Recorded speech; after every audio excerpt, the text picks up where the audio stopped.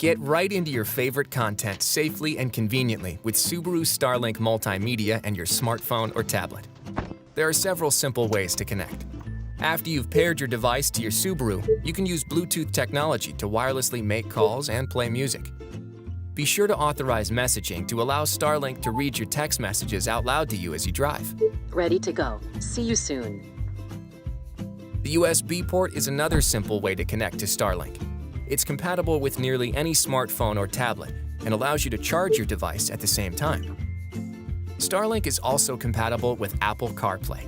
Just plug in your iPhone to the USB port and authorize the connection on your first use. Then you're good to go. CarPlay allows you to get directions, make calls, send and receive messages, and listen to music while keeping your focus on the road. Play my road trip mix. Playing my road trip mix playlist. Starlink also works with Android Auto. Simply plug into the USB port and authorize the connection on your first use. With access to music, directions, calls, and more, Android Auto helps minimize distractions so you can safely drive hands-free. Okay, Google. Drive home. All right, home. Let's go. With so many ways to connect, you can count on easy and safe access nearly anywhere you go with Subaru Starlink Multimedia.